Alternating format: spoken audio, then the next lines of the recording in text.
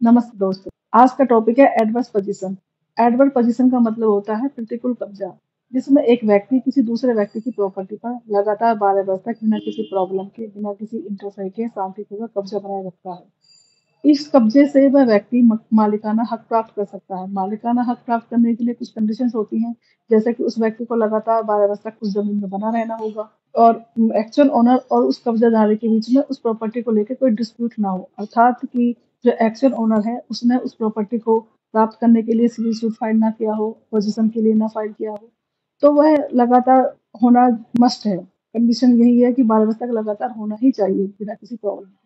दूसरा यह है कि एक्चुअल ओनर को पता होना चाहिए कि फलाना व्यक्ति ने मेरी प्रॉपर्टी पर कब्जा किया हुआ हो और एक्चुअल ओनर ने इस चीज का ऑब्जेक्शन नहीं उठाया हुआ हो, तभी वह व्यक्ति एडवर्स पोजीशन के लिए सूट फाइल कर सकता है।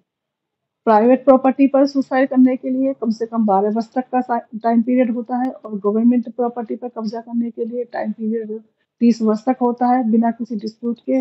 अगर डिस्प्यूट हो जाता है तो एडवर्स पोजीशन नहीं किया जा सकता और मालिकाना हक प्राप्त करने के suit for declaration he file करना होगा, तभी वो व्यक्ति उस प्रॉपर्टी का मालिक बन सकता है।